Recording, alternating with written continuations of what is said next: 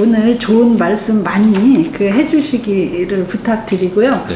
제가 이제 특별히 오늘 교수님께 부탁드리고 싶은 분야는 특히 이번에 RE 100이냐 CF 100이냐 하는 아주 탈핵 운동가들이 입만 열면 RE 100이라는 거를 주장을 하면서 대한민국도 모든 전력을 태양광이나 이런 재생에너지로 하지 않으면 수출도 할 수 없다. 네. 막 이런 식으로 거의 공포와 협박을 이제 해오고 있어서 저는 저게 어떻게 현실성이 있나, 저거는 불가능한 게 아닌가 하는 의문을 늘 품었는데 교수님께서 우선 이 부분에 대해서 좀 말씀을 해주시면 좋겠습니다.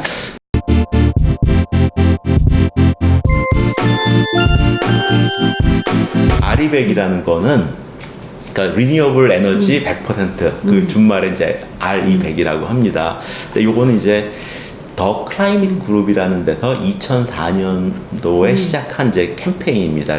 재생에너지를 많이 쓰자. 그래서 이제 가끔 TV 토론이나 이런 데서 보면 환경운동 하시는 분들이 RE100을 강조를 많이 하세요. 근데 제가 그때마다 그거는 상징적인 목표지 진짜 재생에너지로 100% 공급할 수는 없다. 네. 이런 얘기를 여러 번 했는데 제가 이제 자료를 찾다 보니까 최근에 이제 구글에서 RE100에서부터 이제 졸업을 하고 네. CF100 이제 카본 프리, 그러니까 무탄소 에너지 100%로 가자 하는 계획을 이제 발표한 게 있어서 오늘 제가 그걸 좀 소개시켜 드리려고 왔습니다. 네. RE100 100% 재생에너지로 한다 이런 말 자체가 도대체 상상이 안 가더라고요. 네. 웬만큼만 상식을 과학 지식은 고사하고 상식을 가진 사람이라면 태양광이나 풍력 같은 것은 자연 조건에 네. 굉장히 의존적이잖아요. 리뉴어블 에너지로 100%로 하려면 촛불을 켜서 돌려야 되나.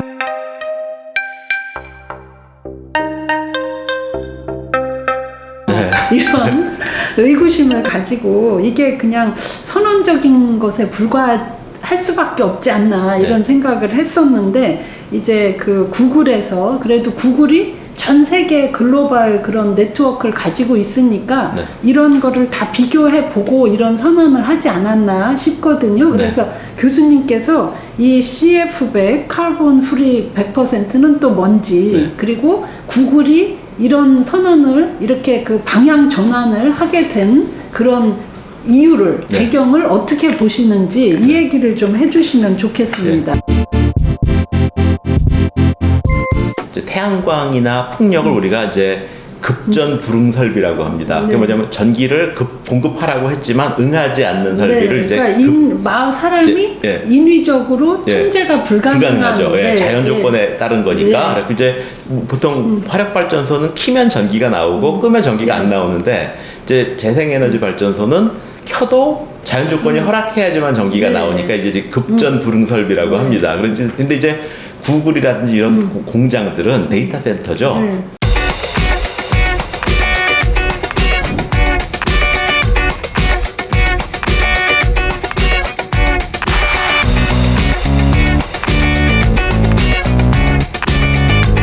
그러니까 24시간을 전기를 필요로 하는 것인데 밤이나 바람이 안 불 때는 공급이 불가능하지 않습니까? 그렇다 보니까 이거는 어떤 기후 온난화를 방지하기 위해서 기업들이 자발적으로 재생에너지를 좀 많이 써주겠다. 아름다운 마음이죠. 그런 이제 상징적인 의미지 진짜 100% 공급하겠다는 거는 이제 이건 상식적으로 불가능하다. 이상향처럼. 그게 이제 에너지를 조금이라도 아는 분들은 이제 그렇게 생각할 수밖에 없습니다. 근데 이제 구글이 이 일에 참여를 했고 애플과 구글이 어떤 선도적 입장을 취하면서 한 10년 이상을 경험을 한 겁니다. 그러니까 2004년에서부터 시작해가지고 10년 이상을 이제 RE100을 추구하기 위해서 여러 가지 해보다가 이제 드디어 작년에 CF100이다 라고 이제 나갔어요. 그게 뭐냐면 우리가 기후 온난화를 대비하기 위해서 줄여야 하는 것은 이산화탄소죠.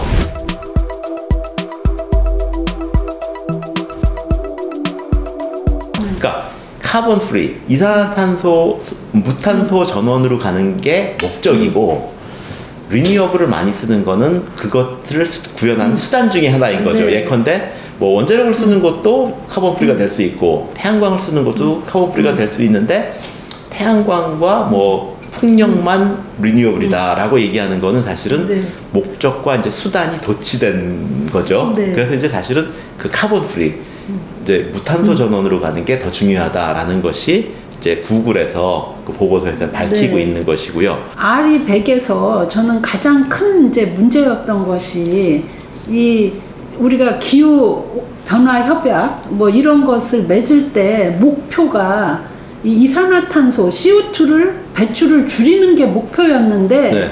사실은 이 RE100이라는 것은 어떻게 보면 그 CO2를 줄이는 목표가 아니라 그러니까 달에를 가야 되는데 그 딴 데를 가르치고 있었다. 그렇죠. 그래서 독일 같은 나라가 RE100을 하겠다고 하면서 탈원전을 했더니 오히려 CO2가 역설적으로 늘어나는 늘었죠. 네. 현상이 현실적으로 드러나면서 제 생각에는 이 탈탄소 네. 에너지화, 청정 에너지 이런 방향으로 지금 패러다임이 바뀌고 있다. 네. 이제 이렇게 보이는 것 같아요. 오히려 그리고 탈탄소, 그 이산화탄소 배출에 있어서는 실제로 태양광이나 풍력이 원전보다 탄소 CO2 배출이 더 많은 걸로 우리가 그 통계를 보면 나타나거든요. 네. 물론 이제 그 석탄이 제일 많고 그 다음에 가스가 또 LNG가 발전이 또 탄소를 많이 배출하잖아요. 그러니까 네. 미세먼지도 많이 배출하고 탄소, 이산화탄소도 많이 배출하는데 소위 말하는 이 재생에너지,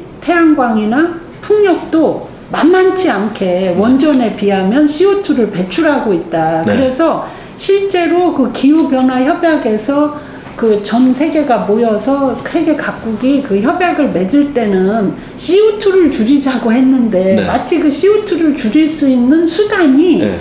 이 재생에너지를 100% 사용하면 줄일 수 있는 것으로 착각을 했다. 그렇죠. 이런 얘기죠. 아마도 이제 시청자들께서는 아니 태양광과 풍력이 왜 이산화탄소를 발생시키느냐라고 궁금하실 분도 있어요. 그래서 네. 제가 자전거는 전혀 휘발유를 쓰지 않지 않습니까? 그럼 그 자전거는 아주 친환경적인 교통수단이 될 수가 있습니다. 이산화탄소가 네. 안 나오니까요. 근데 문제는 그 자전거가 그냥 혼자 다니면 상관없는데 자동차 도로를 자동차와 함께 이용하면서 다른 자동차를 느리게 가게 만든다면 네. 그러면 자전거도 친환경적이지 않을 수 있는 거거든요. 네, 네. 마찬가지로 이제 태양광 발전에서 나오는 전기 가지고 깨끗하게 쓰고 이산화탄소 배출 안 하면 좋은 일이에요. 그런데 우리나라 전력 시스템은 도로와 마찬가지여서 태양광도 들어있고 다 여러 가지가 들어있거든요. 그래서 태양광 발전을 하는 동안은 이제 기존 화력 발전소는 좀 꺼라 이렇게 되고 그다음에 태양광 발전이 안 나오면 화력 발전을 떼라 이렇게 되다 보니까 결과적으로 껐다 켰다 운전을 하면서 이산화탄소가 더 많이 나오는 일도 있고 네. 또 하나는 태양광이나 이런 것들이 발전을 들쭉날쭉하기 때문에 그것들에 맞추느라고 또 많은 사회적인 비용을 들어가면서 결과적으로 이제 또 태양광에 24시간 응용할 수는 없으니까 네. 의존할 수는 없으니까 결국은 나머지 시간 동안에 운전할 수 있는 발전기를 지어놨다가 네. 또 세워놓고 네. 운전수 월급은 줘야 되고 네. 그러다 보니까 결과적으로는 24시간 주 7일 365일을 공급할 수 있는 에너지원이 아니라면 이산화탄소를 본인은 발생시키지 네. 않더라도 네. 네. 주변 것들이 발생시키도록 유도하는 역할을 할 수밖에 없는 거죠. 네. 또 그 이제 풍력 터빈이나 또 태양광 패널을 제작하고 또 설치하고 네. 또 폐기하는 이 과정에서 네. 그 이산화탄소가 훨씬 많이 나온다. 많이 나오죠. 이런 이제 조사가 있고 제가 보니까 이제 풍력 터빈 같은 게 우리가 멀리서 산 위에 이렇게 서 있고 하면 멀리서 보면 그게 아름다워 보이고 아주 무슨 이상향처럼 보이기도 해요. 근데 그게 조금만 가까이 가봐도 날개 하나만도 길이가 뭐 5m, 6m 될 정도고요. 그 이상입니다. 네, 그 이상이고 네. 작은 것도 네. 그렇고 또 그 전체 높이가 거의 남산 타워만한 것들이 네. 이제 서 있다 보니까 그 독일 같은 나라는 사실은 태양광보다 이 풍력 터빈이 많은데 그게 또 화재가 많이 나더라고요. 네.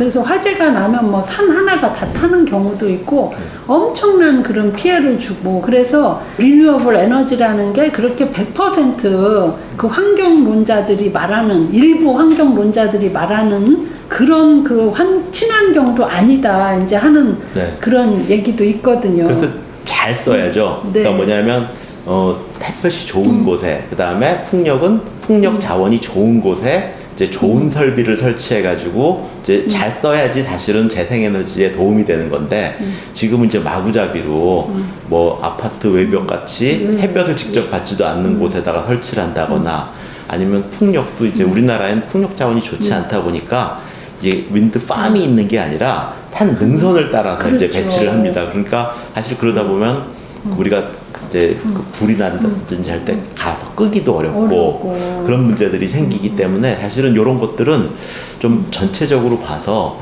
태양광을 까는데 산비탈을 허물고 숲을 허물고 한다든지 하면은 그거 이제 숲이 없어진 효과와 태양광의 이로운 효과를 갖다가 잘 비교해가지고 해야죠. 예. 네, 그리고 이제 결정적으로 이 재생 에너지는 수명이 짧잖아요. 네. 그러니까 뭐 우리가 보통 20년 쓴다 뭐 이렇게 얘기하지만 사실은 그 관리가 제대로 안 되면 태양광 같은 데도 뭐 우리나라 요새 뭐 바다 위에 새만금에도 깐다 이렇게 얘기하는데, 기껏해야 20년 쓰는 건데, 그럼 원전 같은 경우는 보통 원전이나 다른 발전소는 뭐 60년도 쓰고 뭐 지금 100년까지도 쓴다 이렇게 얘기를 하면 정말 그 폐기물로 인한 그런 피해나 또는 비용은 기하급수적으로 올라가는 거죠. 그렇죠. 그러니까 우리가 흔히 생각해보면 자동차를 사서 한 20년 쓰는 분도 있고 3년마다 바꾸는 분들도 있단 말이에요. 근데 3년마다 바꾸면